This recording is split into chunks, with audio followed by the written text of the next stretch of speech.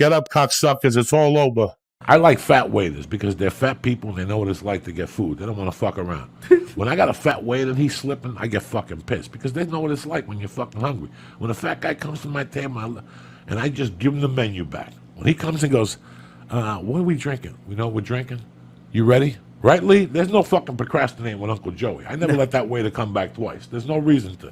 When he comes to the table the first time and says, hi, sparkling water? No, listen, grab the fucking pad. Let's launch this fucking order. Let's get this party started. I just smoked 18 joints. You want to give me water? What am I, Moses? Break out the fucking chopped salad, the fucking shrimp cocktail, whatever the fuck it is you got, break it out. They want to come over and offer me water. Get the fuck out of here. I'm paying. Get the sodas, get the milkshakes, get the bread, get the whole fucking army out of here. And this isn't an exaggeration. This is how he talks to waiters. No, let's do this. Listen, we're not playing games here today. I'm going to tip you. I'm going to hit you with cash and put some on the card. So let's why fuck around. Don't stare at me. Let's do this shit. This is quick. Get the fucking pad out. This is what we're doing. Boom, boom, boom, boom. My wife is one of those people. I haven't decided yet. What the fuck haven't you decided? You've been here 18 fucking times. Either you want it or you fucking don't. I'm going to sit there and go ping-pong with this fucking waiter. Are you ready? No, I've been ready since I walked in the fucking door. I would have gave you the order at the fucking host table. That's me. I already know when I'm coming in here to fucking eat. You think I'm going to sit there and pick my teeth and look around? Oh, the ambiance. I don't give a fuck about the ambiance. This could be the bottom of the basement. If the fucking food is good, I'm the light cocksucker. They want $34,000 a year for kindergarten. What? Come on, Joe Rogan. How is your child going to benefit? Come on, we're all intelligent here. That's $34,000. Monarch, Notre Dame, all those schools in the Valley, they want 30 G's, 2G registration form to sign your kid in. Really, Joe Rogan? People want to keep their kids safe. No, it's not safe. It's so you can tell your friends that your kid's at fucking that school.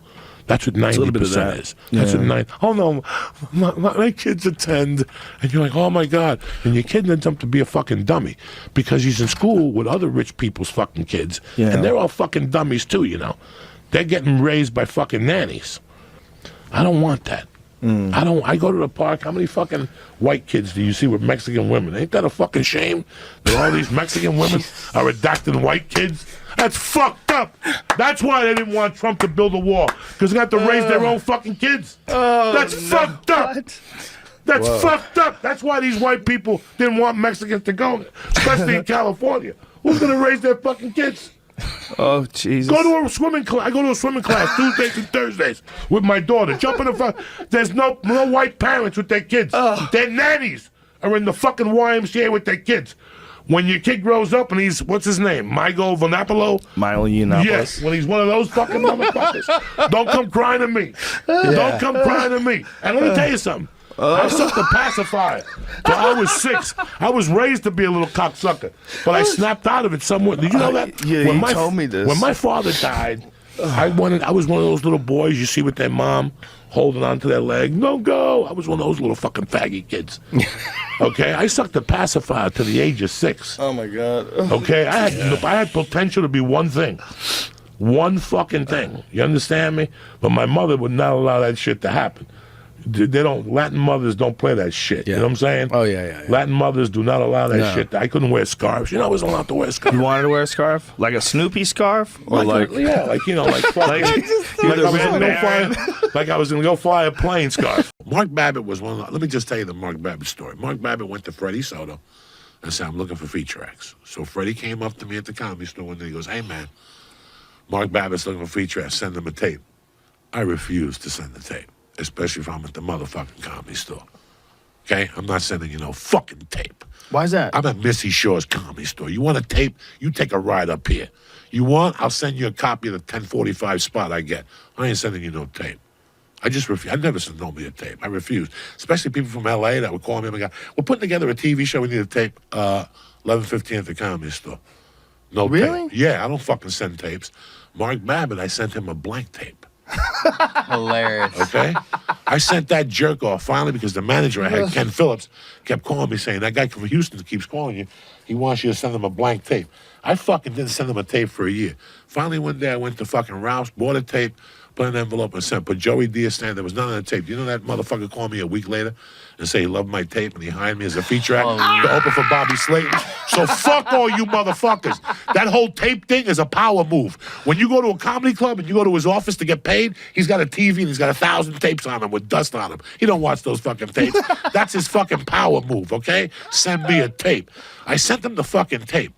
So the first time he booked me, I called him. He goes, I don't have a feature spot for you, but I have an MC spot. I'm going to pay you $300. Bitch, the plane ticket's $280. At that time, it was $220 or something. So I took the week, but I was always looking for a better week.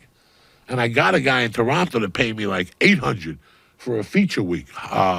Bollywood, whatever the fuck it was called up there. So I did 2 weeks. So I called Babbitt like, man, I told him the truth. I go, Babbitt, I got a week up in Toronto. I got 2 weeks for $800. Fuck you and your $300 Super Bowl week with David Teller. Whatever the fuck you trying to pimp me off with, you know? Right.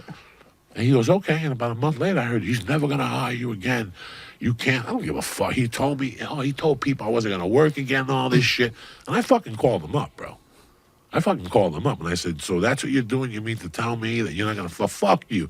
He called me back a week later and gave me 2 gigs opening up for Paul Rodriguez in Bakersfield. You go someplace and they sign you up and you come back and they say, listen, you get as many minutes as people you bring. You're earning your keep. That's one thing. I'd rather know where I stand than get fucked with. That's the leg I'm talking about. Really? You need a tape of me. You just saw him at the store. What the fuck do you need? If I'm good enough for Mitzi Shore, why do you want a tape? Who the fuck are you in your fucking shit town to want a tape from me? I'm at the fucking major league of fucking comedy. The Comedy Store. You called me and you want a tape? Go fuck yourself. I'm not sending you a fucking tape. It's against my fucking will. It's like these people now with movies and TV. Joey, they want you to do a co-star, but they want you to send a reel. No, don't send shit. Joey, no, it's a co-star. They could offer it to me.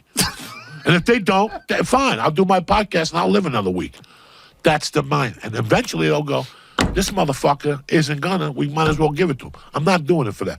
You want me to fucking be a guest star or recur? You want to give me a series regular? I'll give you a fucking tape and I'll fucking come down and talk to you. But for a co-star, we've been doing this. Look at the IMDb. What fucking tape? Who the fuck are you? Who the fuck are you to decide? Let me see your fucking tape. Let me see your fucking tape. I ain't sending you no fucking tape. Even then, I had my fucking pride. Even then, I wouldn't send the fucking tape to him. I refused. I finally sent him a blank tape. He gave me that answer. I never had respect for none of them again because I found that it was a power play. It was like, you're on my court. You want to give me some respect. What respect? What do you do? You're a pimp. You take 20% of what people come to the fucking door. What the fuck do you do? What have you done? You can't even play the fucking ukulele. What the fuck do you do? You can't even play the fucking ukulele. What the fuck have you done?